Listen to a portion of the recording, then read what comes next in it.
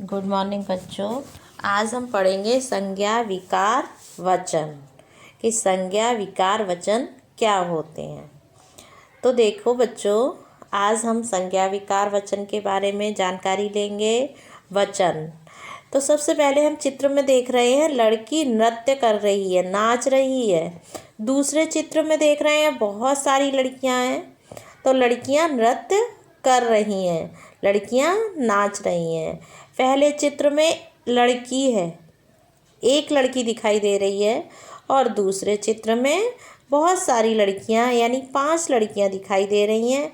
इसलिए पहले चित्र का वाक्य है लड़की नृत्य कर रही है, दूसरे चित्र का वाक्य है लड़कियां नृत्य कर रही हैं।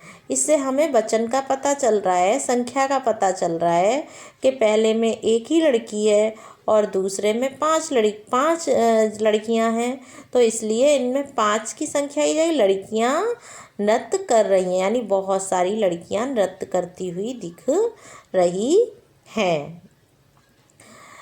तो दूसरे हम चित्र में देखते हैं बच्चों, घोड़ा दौड़ रहा है, और इसका पहला चित्र जो है उसमें घोड़ा दौड़ रहा है, दूसरा चित्र है उसमें कितने घोड़े दौड़ रहे हैं, 4।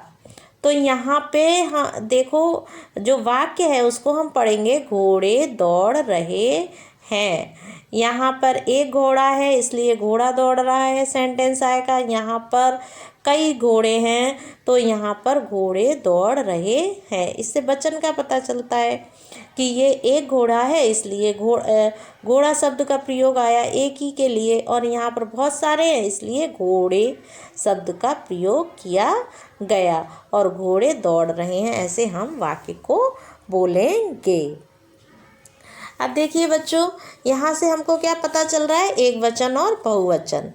अब देखिए, संज्ञा अथवा सर्वनाम शब्द के जिस रूप से उसके एक या अनेक होने का बोध हो उसे वचन कहते हैं। यानी हम जो प्रयोग करते हैं शब्द, वचन के तरह के होते हैं, 2 भेद होते हैं वचन के, एक वचन और बहुवचन।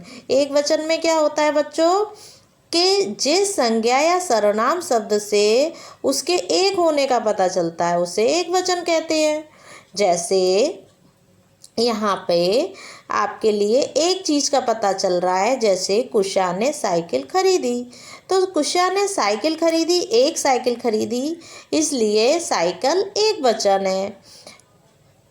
दूसरा सेंटेंस हम देखेंगे, रिचा ने रसगुल्ला खाया, तो रिचा ने रसगुल्ला खाया यानी एक ही रसगुल्ला खाया।